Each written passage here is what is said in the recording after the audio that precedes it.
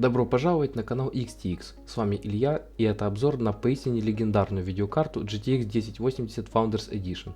Посмотрим, на что она способна в 2025 году. GeForce GTX 1080 Founders Edition выполнена в фирменном референсном дизайне NVIDIA, впервые представившемся миру еще с серии GTX 600-700. Внешний вид видеокарты сочетает в себе строгие геометрические формы и футуристические черты. Основной акцент сделан на прочные и качественные материалы. Корпус почти полностью выполнен из алюминия, включая и бэкплейт, что выгодно отличает ее от большинства пластиковых решений на рынке. Интересной особенностью конструкции является то, что различные элементы корпуса не просто окрашены в разные цвета. Это отдельные детали, точно подогнанные друг к другу. Такое решение не только придает устройству премиальный облик, но и повышает общую жесткость конструкции. На торце корпуса расположена узнаваемая зеленая надпись GeForce GTX, а сверху прозрачное окно, через которое виден радиатор. Однако у такой конструкции есть и свои недостатки. Разборка видеокарты заметно сложнее, чем у большинства моделей с пластиковым кожухом. Для доступа к внутренним компонентам может потребоваться несколько различных инструментов, и одной отверткой обойтись не получится. Это делает обслуживание и модификации менее удобными, особенно для новичков. Еще одной нестандартной и интересной особенностью является конструкция бэкплейта. В отличие от многих других видеокарт, где он выполняет лишь декоративную или защитную функцию, здесь он также участвует в теплоотводе. Под ним предусмотрены термопрокладки, передающие тепло от элементов на тыльной стороне платы. Помимо этого, бэкплейт значительно увеличивает жесткость конструкции, снижая риск деформации при установке или транспортировке. Несмотря на внушительный вес, видеокарта практически не провисает в корпусе, благодаря прочному, практически монолитному корпусу. Тем не менее, я все же рекомендую использовать дополнительную подпорку или подставку, особенно в случаях, когда материнская плата не оснащена усиленным PCI-слотом. Это поможет избежать возможных повреждений как самого разъема, так и видеокарты при длительной эксплуатации. Стоит рассказать о ее характеристиках. Ее размер составляет 26,7 см в длину, 11,2 см в ширину и 4 см в высоту. Двухслотовая. Объем памяти 8 ГБ GDDR5X с шириной памяти 256 бит и пропускной способностью 320 ГБ в секунду, а также частотой 1251 МГц.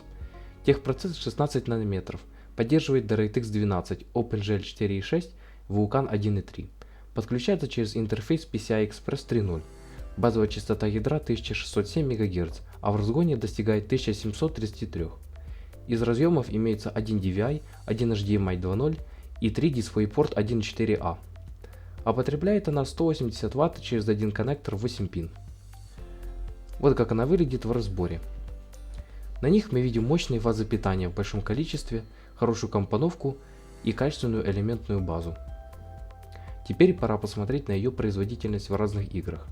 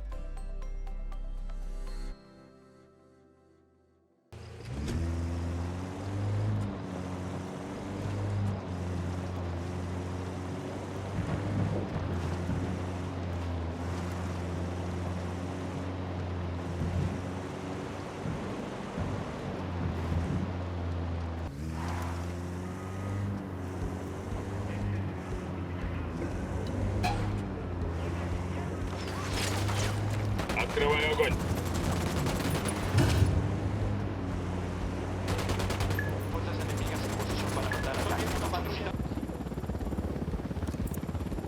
Эскорт уничтожен.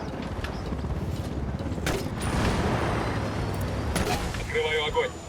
Она сейчас взорвется. Их лейтенант убегает. Порядок. Посмотрим, что полезного Хорошо, найдет. я вызову повстанцев, чтобы все это забрали. Как можно увидеть по тестам, GTX 1080 до сих пор вполне себе на уровне и может конкурировать с видеокартами среднего класса. При этом она не является слишком прожорливой и горячей, обеспечивая производительность на уровне RTX 3060 12 ГБ, чего хватает почти для всего. Этот экземпляр в свою очередь был приобретен на eBay Kleinanzeigen за 100 евро. Большое спасибо за просмотр. Вы были на канале XTX. Если захотите поддержать автора материально, ссылка в описании. До встречи!